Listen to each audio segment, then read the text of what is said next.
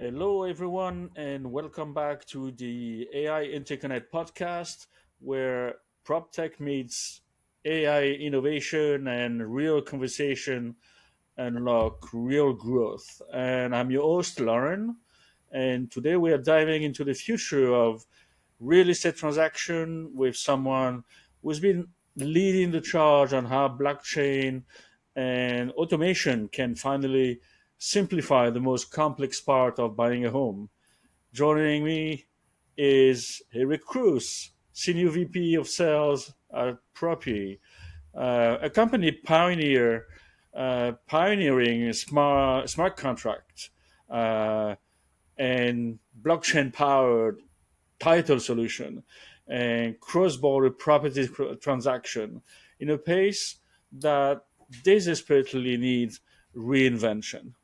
And Eric, welcome to the show. I'm really excited to have you here. Thanks, Lauren. Appreciate it. It's great to be here. And I got to tell you, since we last spoke, some great news is I've gone from now senior vice president to now chief revenue officer. So, Oh, and I think sorry. Oh, no, it's okay. But I think it's because I told them I was doing this show, and they were like, "Well, if you can get on that show, then you deserve a promotion." So I think that's what happened there. oh, what did I say? Okay, well, congratulations. Very, very cool. Thanks. Uh, It's great to be here. Looking Fantastic, forward to this conversation. fantastic. Me too, me too. A friendly conversation as always, and thank you for being here. And uh, before we get into Proppy, I'd love to start with you, and let's rewind a bit. Can you walk us through your personal journey? How did you land in PropTech, and what led you to this intersection of sales, leadership, blockchain, and real estate? Yeah. Well, while I've been in real estate for a long time. That's kind of what my niche is. Actually, I was selling mortgages even before I graduated college. So my mother was a real estate agent.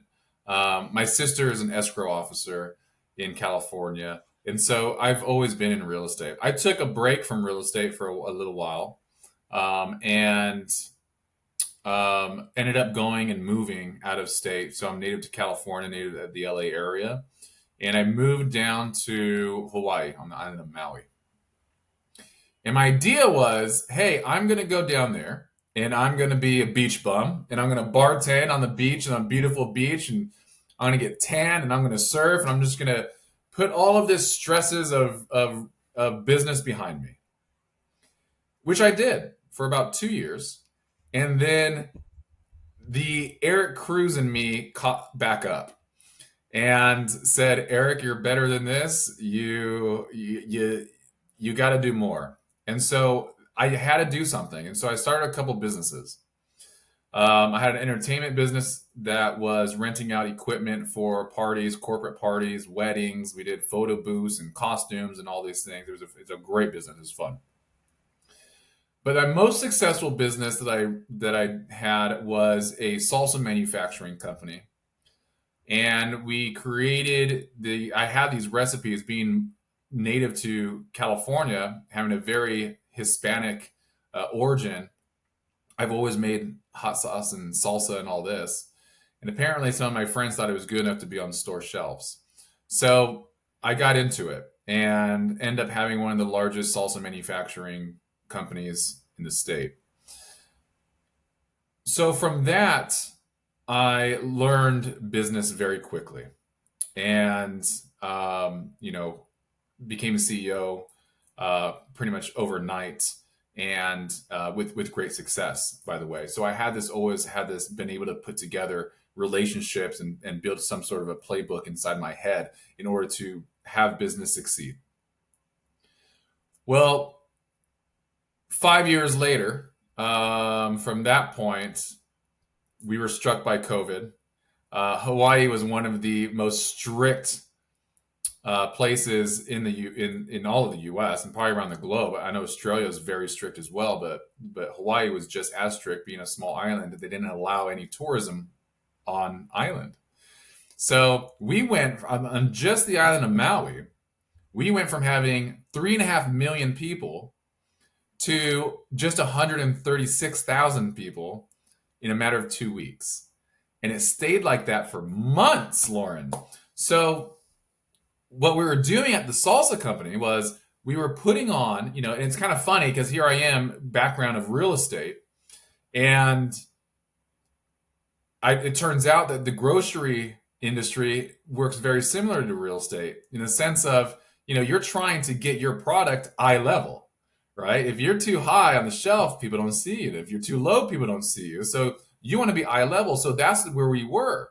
And your product label acts as your billboard.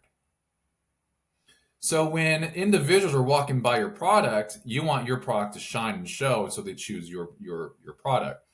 Well, what happens in the grocery industry is pretty brutal at times too, is that if your product is selling, meaning that there's now space available on that shelf, guess what happens? If you're not putting product on there, then other product is coming in and taking up your space. So you can't have that. So for months, what's happening is our company was taking off our product because it was expiring, putting on new product, taking off product because it was expiring, put it on new product, and so on. So at some point I said, you know what? This isn't sustainable anymore. I don't know how long this is going to last, but I'm not willing to wait it out.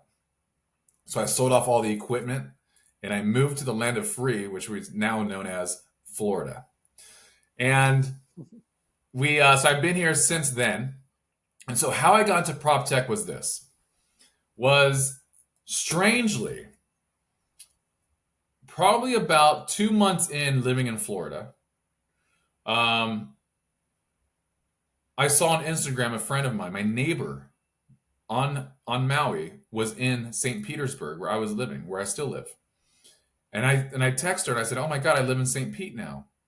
And so we went out and had dinner. She was with her fiance at the time, and her fiance worked for a prop tech firm called Modus. And so him and I talked, had a great time.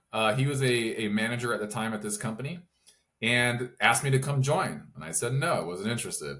And so for the next 2 months, he kept texting me, he kept calling me, "Hey man, I want you to join this company, you'll be great. I want you to join this company, you'll be great."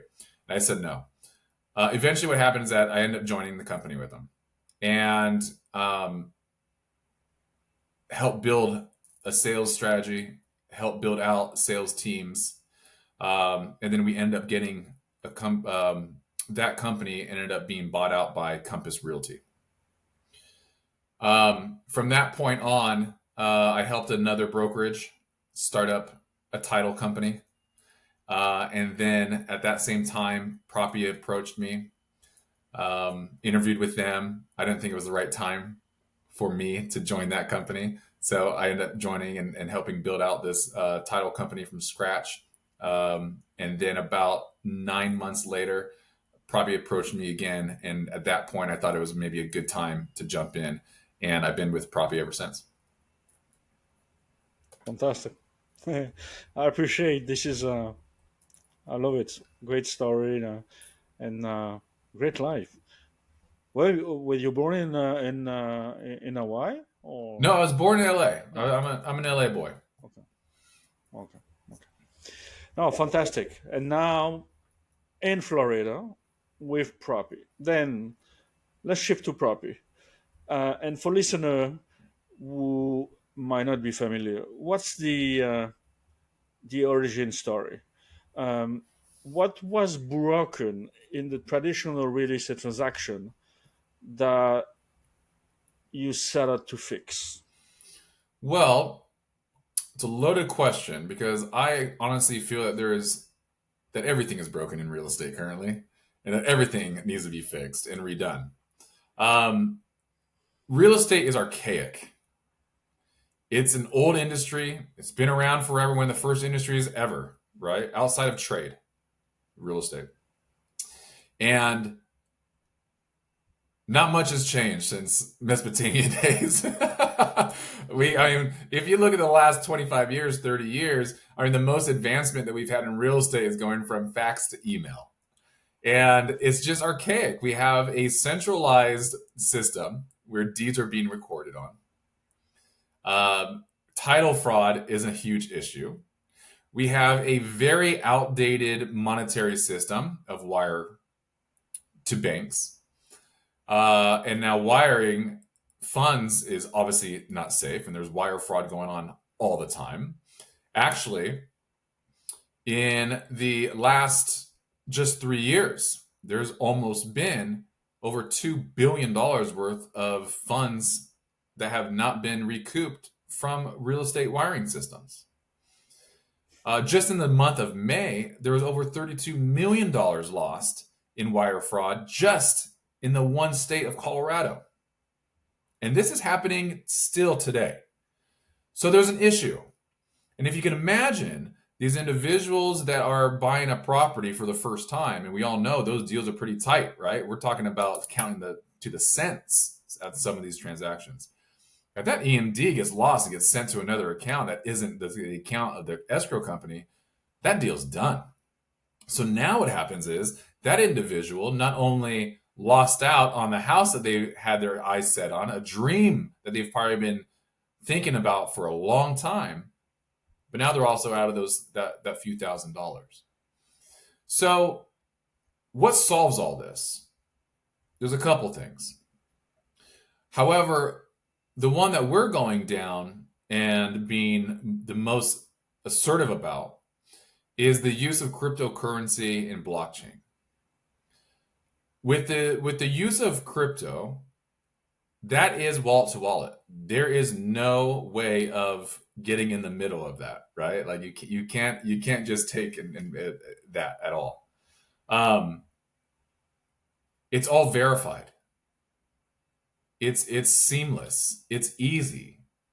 It can be done by a phone, meaning your handheld. Doesn't necessarily mean that you have to sit on the phone and talk to your bank for 40 minutes trying to make sure that all the wire instructions are correct. It's a very simplistic monetary route that has a great use case for real estate. And that's crypto. So that's one problem, right? Then we look at the title fraud issue.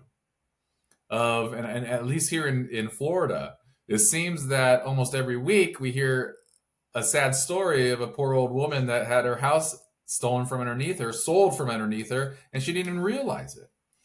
And so the issue with that is because, well, anyone can go in and recreate a deed, right?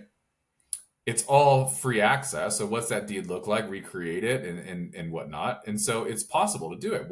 And title fraud is a big issue still. Blockchain gets rid of that.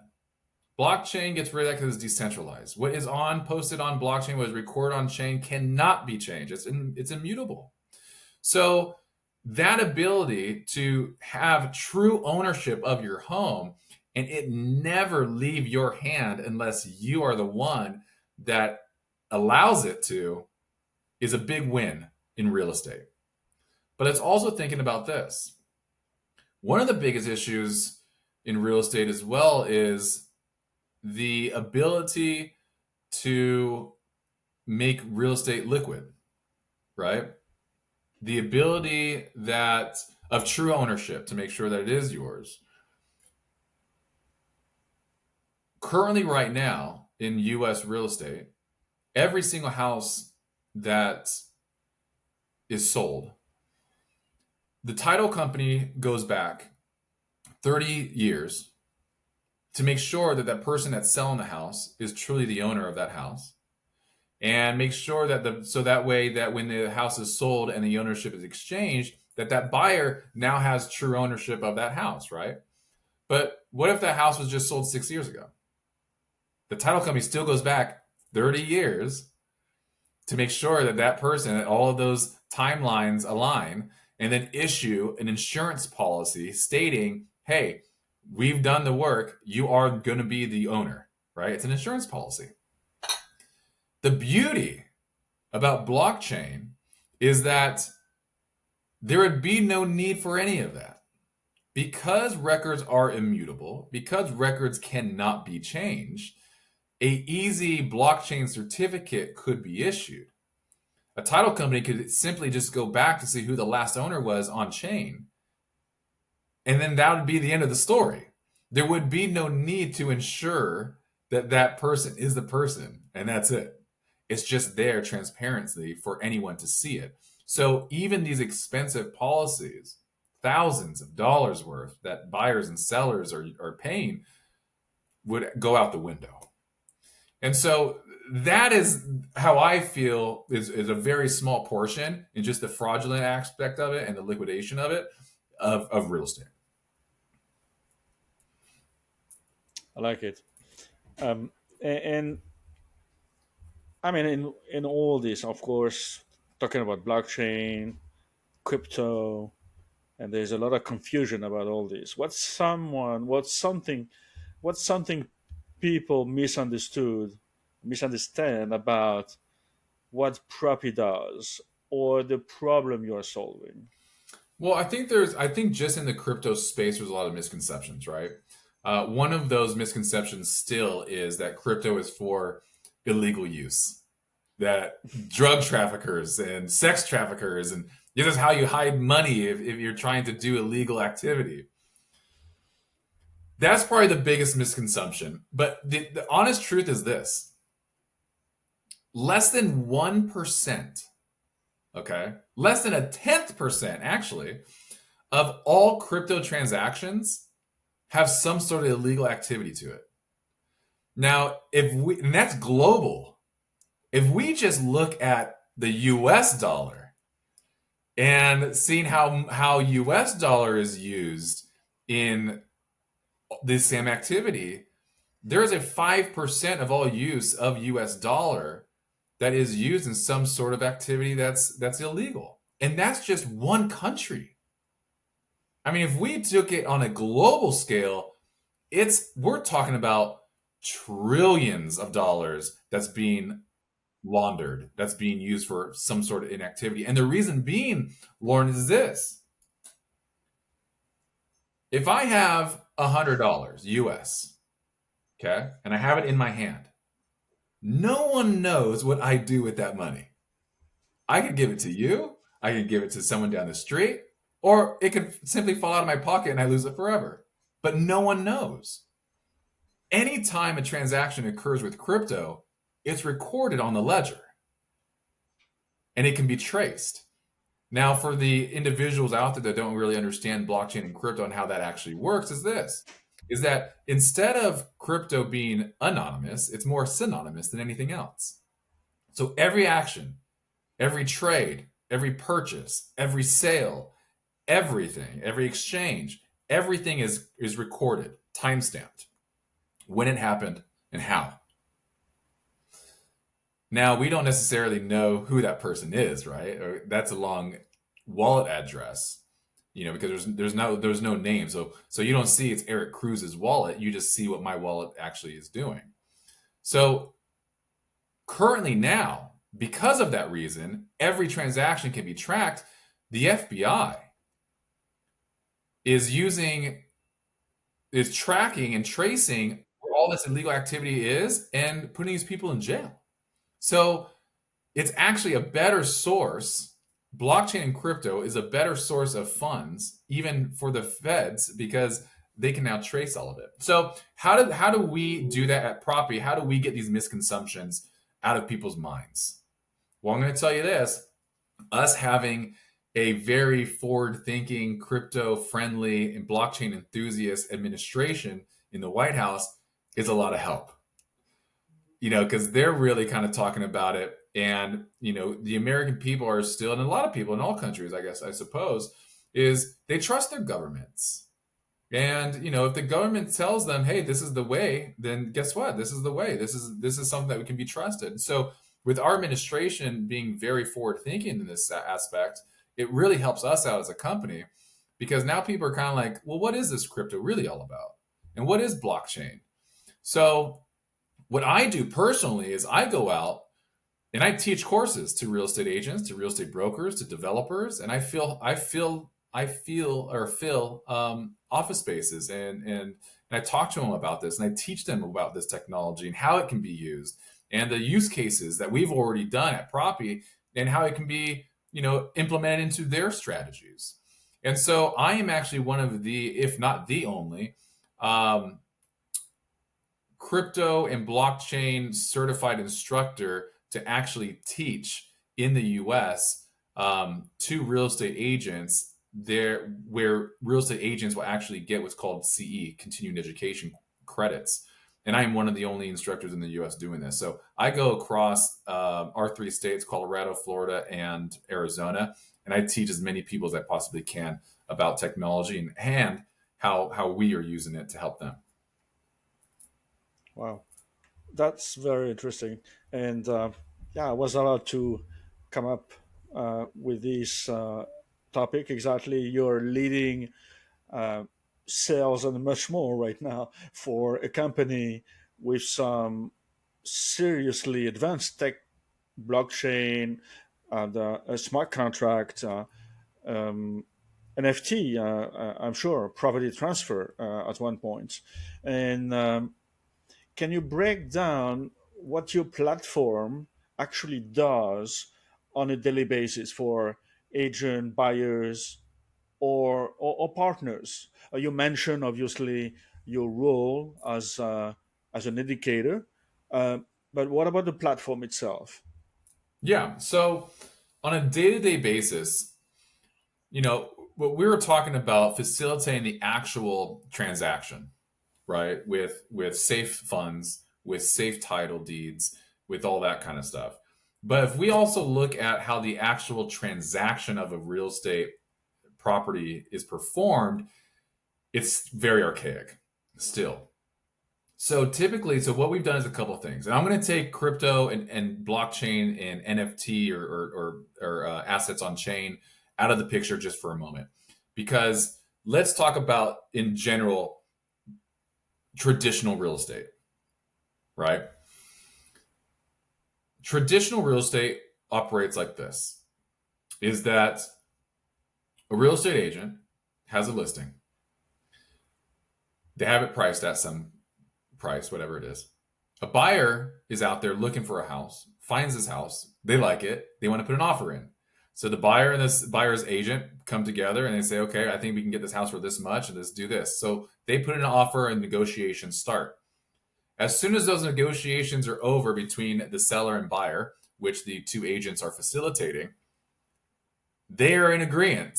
As soon as they are in agreement, the seller signs that contract and now we have an executed contract. But what happens is this: for them to open escrow, there needs to be couple things that happen. One, the escrow company needs to get that contract.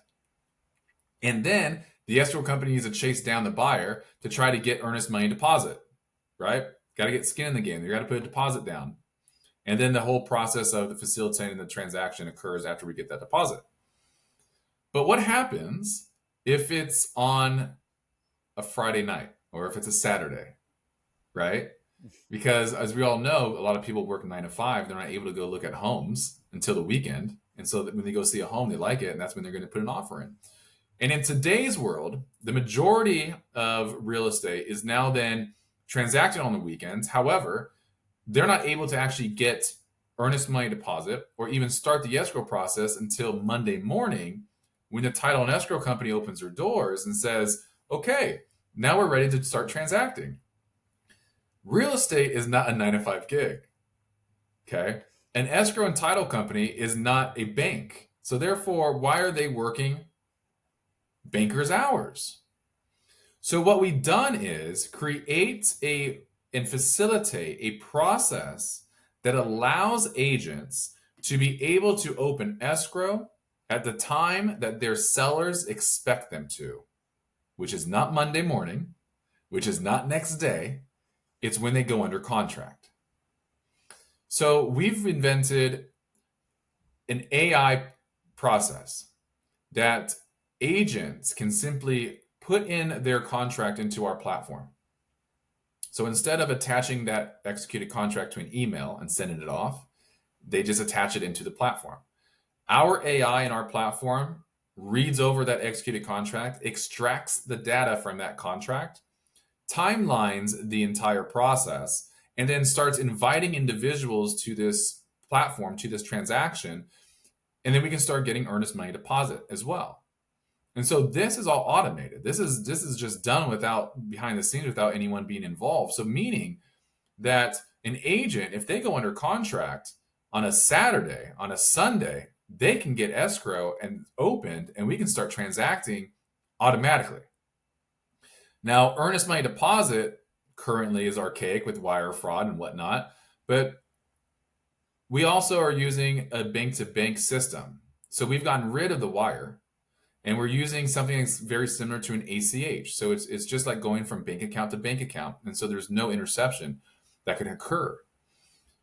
And so because of this, that means that the bank doesn't necessarily have to be open. If you've ever used, some sort of app like Cash App or Zelle or Venmo,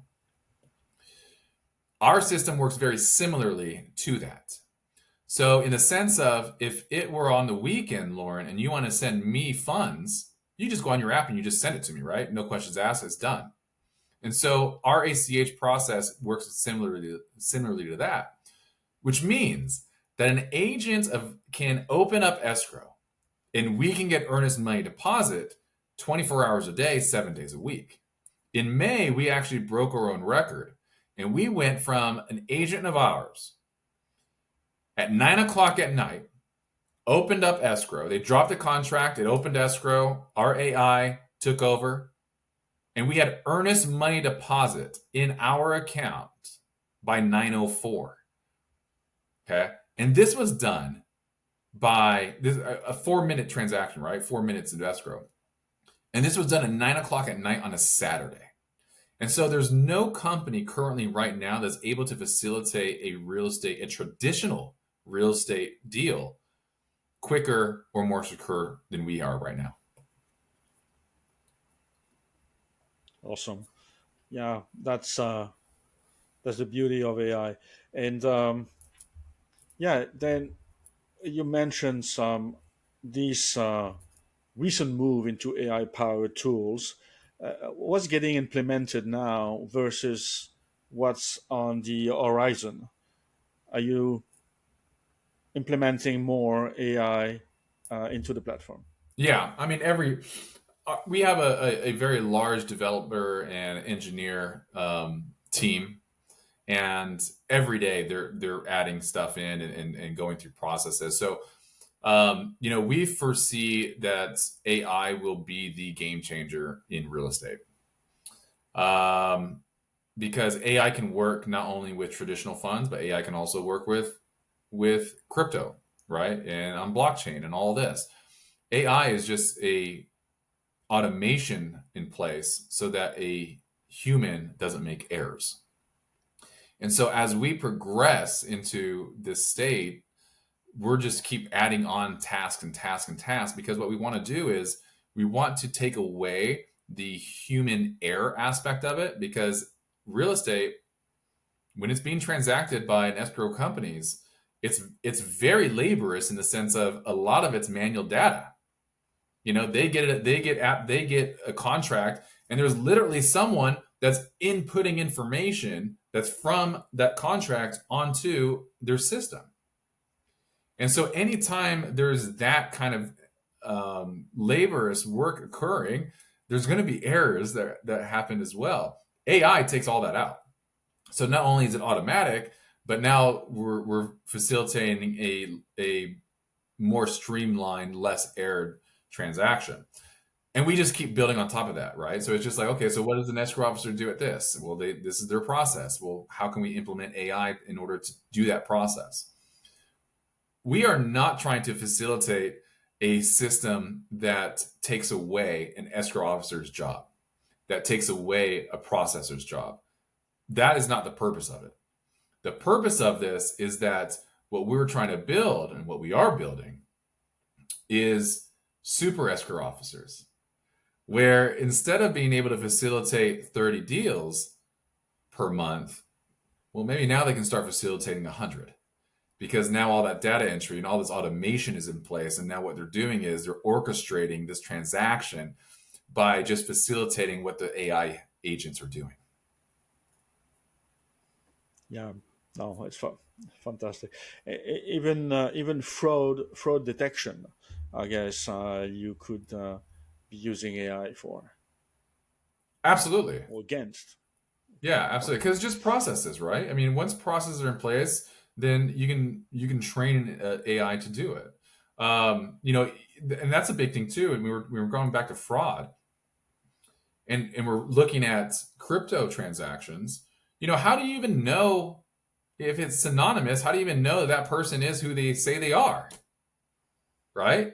So there's something called KYC, which is called it stands for Know Your Customer, and AML, which is an anti-money laundering system. We have both of those built into our platform. So even before, as soon as an agent comes to us or a buyer comes to us and they say, "Hey, I want to purchase this property, or I want to put an offer in this property, and I want to use crypto." I mean, the very first thing that we do is we put them through these systems to assure that they are who they say they are, assure that they're not on some sort of most wanted list somewhere, and that someone's going to break down their door and take them out. But they have the legalities in order to actually facilitate a real estate transaction in the area that they're purchasing. And so that system is already set up on our platform, and it's automated. So all they have to do is log in and go through the process, and it's done. And then we also have a proof of funds. I mean, real estate agents would never show a property to a buyer that they had no idea what they qualified for, right? Because we have bigger eyes than we know. We see a house that's $1 million, and we're like, I can definitely see myself living in that kind of house. Let's put an offer in it. And they have no clue what the price or the cost of it is. So what do? They say, great, let's get you pre-approved. Let's make sure that you can afford this $1 million house. And then once my bank partner tells me that you can afford it, hey man, let's start negotiating. Let's get a price that's manageable for you. So we got to go through the same thing. And standard banks don't have that process down because they don't work with crypto. So guess who's got to do it? It's got to be us at Proppy. So we go through it, and we not only source their funds, but we also make sure that they have the amount that they say they have and have access to that wallet. So we do it all in-house on our platform. Fantastic. Okay, then let's see. Looking beyond Propy, um, what trend are you seeing across PropTech right now? It's Everyone's using AI. It's just such a hot subject right now, and we have every company that's developing some sort of AI agent. If it's just a chatbot or if it's a process that they're implementing, everything is AI right now. Um, and the reason being is there's just such a massive data that they can get in a matter of seconds, and then grab that data, make it a decision, and then implement some sort of process down. So technology is doing things in a matter of seconds that was taking humans hours to do before. And so it only makes sense for any company, especially prop tech or any tech company, to implement these processes in place, because the key to success in technology is time. The quicker you are with your product and being the first to market your product, you win the game. So it doesn't necessarily have to always be perfect, right? And that's something that we got to get it out there, and we've got to get the ideas out there, and we've got to implement these processes, and we got to be the first, because I guarantee there's someone knocking on our door behind us. That's on our tail. And so who are they going to remember? Are they going to remember Proppy, or are they going to remember another team? And I guarantee they're going to remember us, because we're going to be the first ones. Okay, but let's get honest. What are the toughest Hold challenges on, you're are you saying facing I these wasn't being days? honest before? Could, yeah, I mean you're from LA, and could be scaling or internal adoption, market education. Tell me something. Well, are you talking about like the AI sources? Like what are the most use case for AI right now? What's your question? The toughest challenges you're facing in the space, in your space, what I are they I in your think, company? well, there's two aspects of it. Let's cut it in half, and we'll go AI on one side, and we'll go crypto blockchain on the other side. Um, we'll start with crypto and blockchain because that's the easiest one currently. The biggest struggle is adoption, um, and and the reason for that is education. Is that individuals just don't understand it. They don't know enough about it. And it's a human quality to, when you don't understand something, the answer is no automatically. It takes an innovative type of person or a specific type of person to be able to not understand something and then say, well, I'm interested in more about it. Let me learn more about it. Where majority of humanity is just like, nope, I don't want anything to do with it. I don't get it. They push back. So I think adaptation is definitely the biggest issue right now. For the individuals that understand it, that want to know more, that understand crypto, they understand how blockchain can solve a lot of issues in real estate. It's now the processes. It's now becomes, okay, so how does the process work? What do we actually do? And how can we facilitate this kind of transaction? I've simplified it very easily in the sense of, hey, if you have crypto, use crypto. We can exchange it internally, right? And if the seller doesn't want to use or accept crypto, no problem.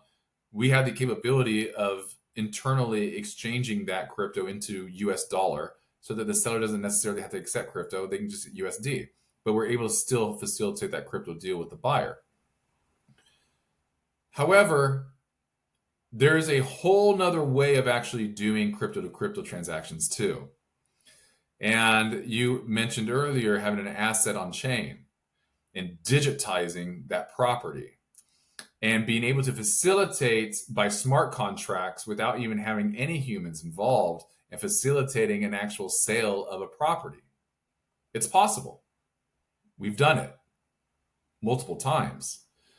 We did one actually recently in Hawaii, where we actually did a Bitcoin backed loan on it as well. Because as we know, Bitcoiners, they don't want to sell their Bitcoin. They want to keep it forever. If anything, they just want to keep on adding on to it.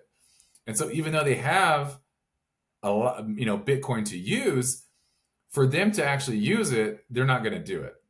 So what we did was we facilitated a product that the Bitcoiners could come in, not have to sell it, not have to use it, but leverage it in order to purchase real estate.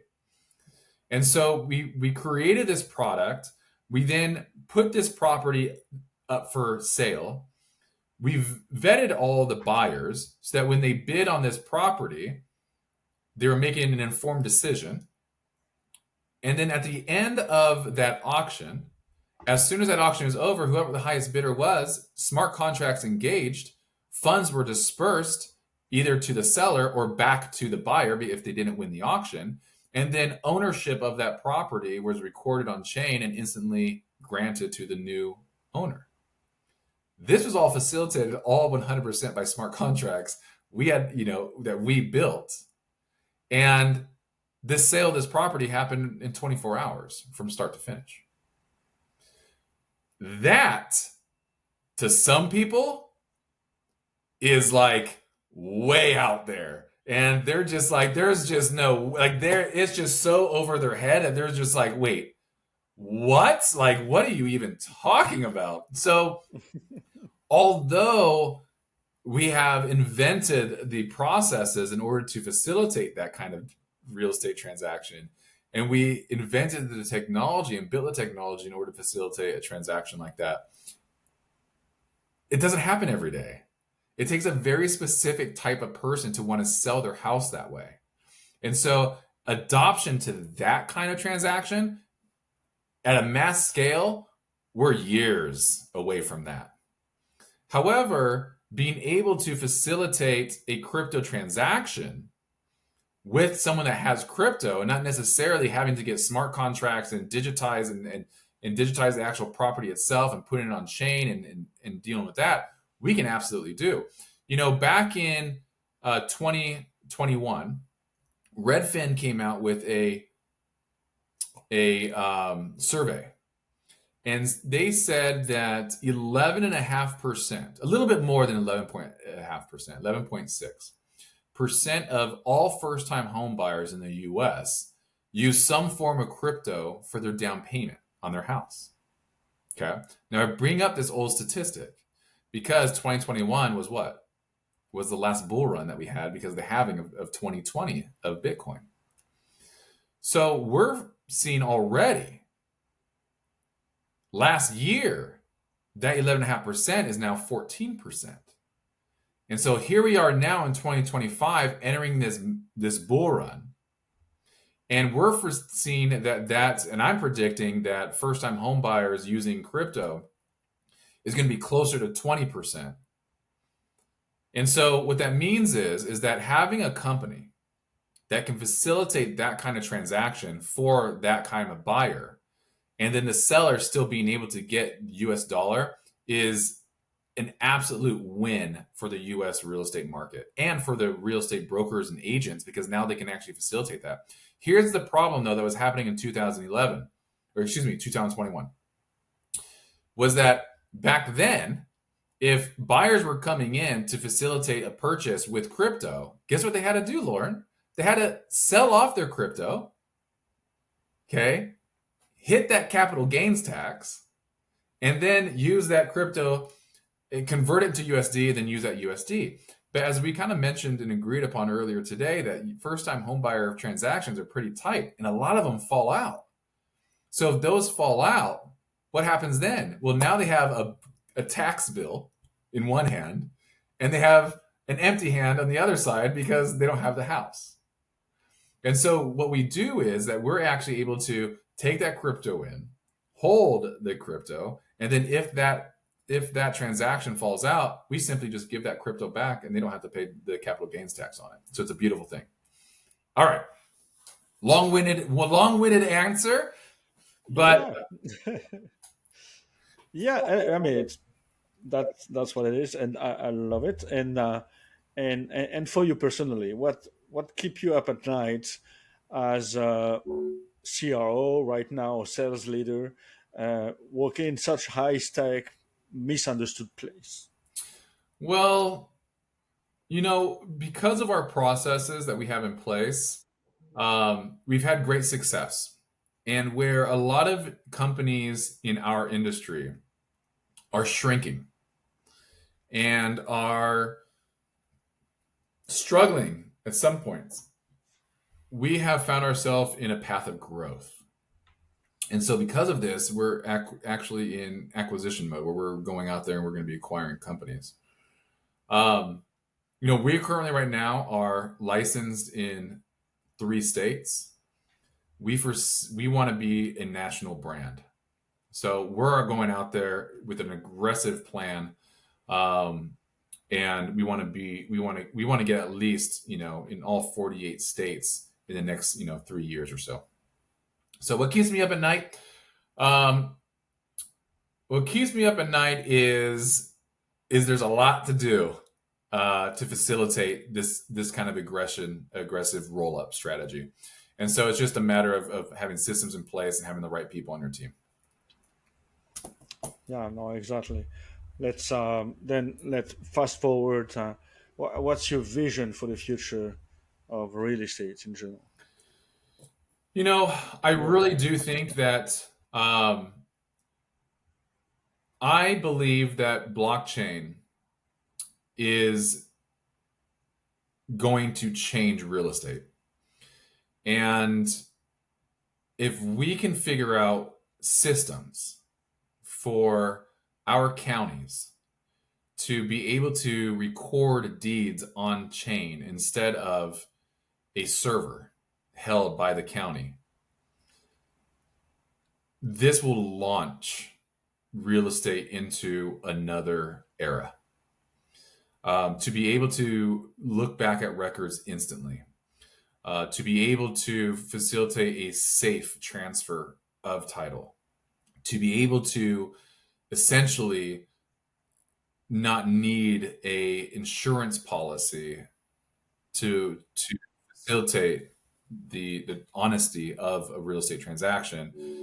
All these things, because it's not just about the deed, it's also about the process in place too, right? So now we're looking at creating systems in the county that they can now get rid of a lot of their archaic systems, a lot of their archaic processes, and really, really streamline this whole thing.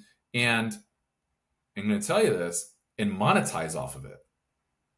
Because now, instead of the title companies getting paid for issuing policies, now it's a certificate that the county can now issue at a fee. And so it's a whole nother rev generator for the county, meaning a whole nother dollar that they can put back into the people and infrastructures and all these other things, programs for youth and programs for the homeless and whatever that is, and for small time businesses. They're creating this liquid ability, and it all has to do with blockchain, and it all has to do with just deeds.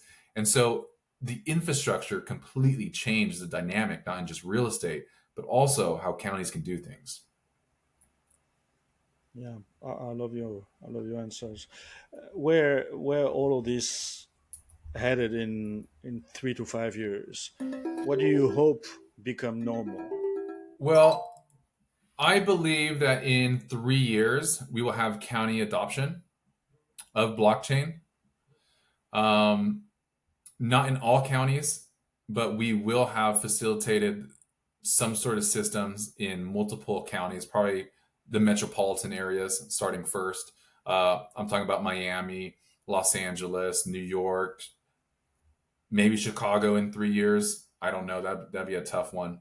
But Austin, the big ones.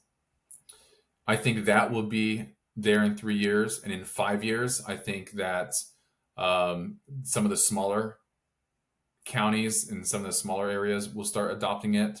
And we'll start seeing a lot of more innovative individuals on the government level that know there has to be change. Currently right now in our government system is, there are individuals, there's two types of individuals in our government.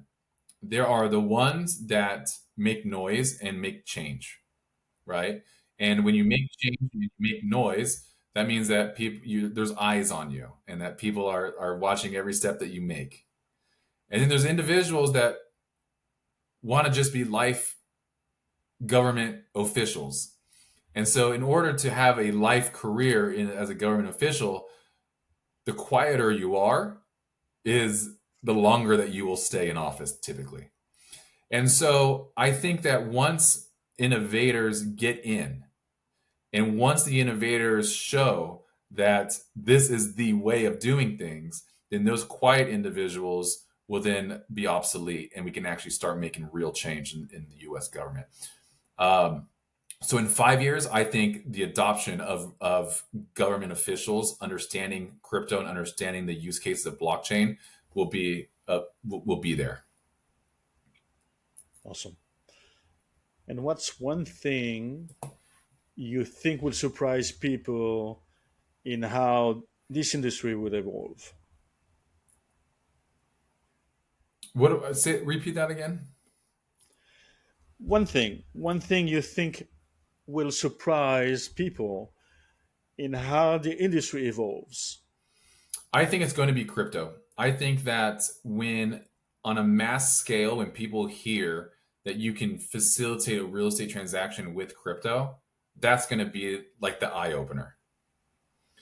Because currently, right now, I mean, we're talking about 98% of the individuals that are out there in the real estate world don't have a clue that you can facilitate real estate with crypto, and probably 98% of individuals that own crypto probably don't realize that they can facilitate a real estate transaction with crypto.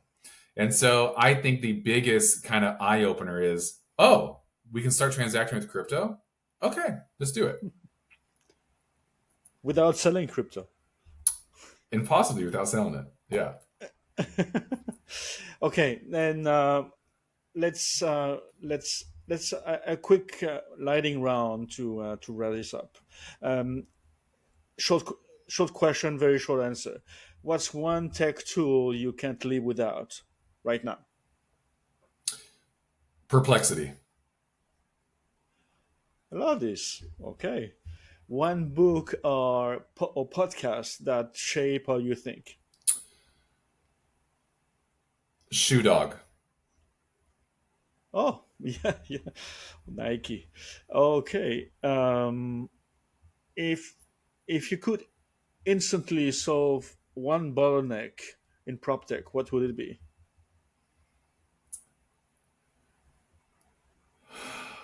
Oh man. There's Uh, many. governments. Governments. Okay. What advice will you give someone building in this space? You don't ever stop. You don't know how close you are to the end product. You just keep going.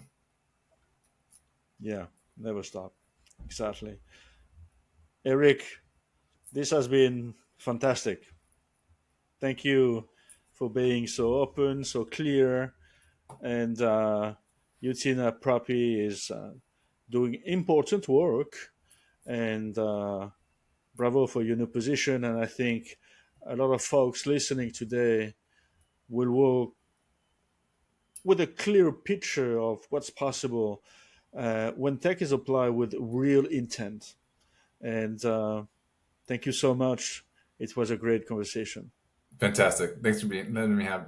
Thank you for letting me be here. Good to see you.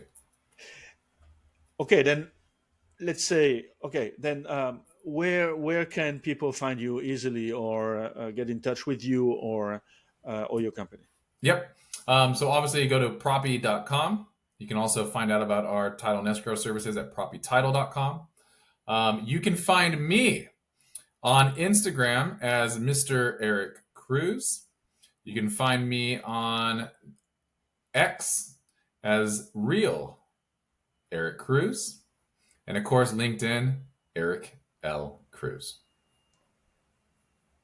Love it. Fantastic. Anything you want to add? Something No, I think we covered a good you portion don't of have? everything. Yeah, I think I got everything out pretty Yeah, quick.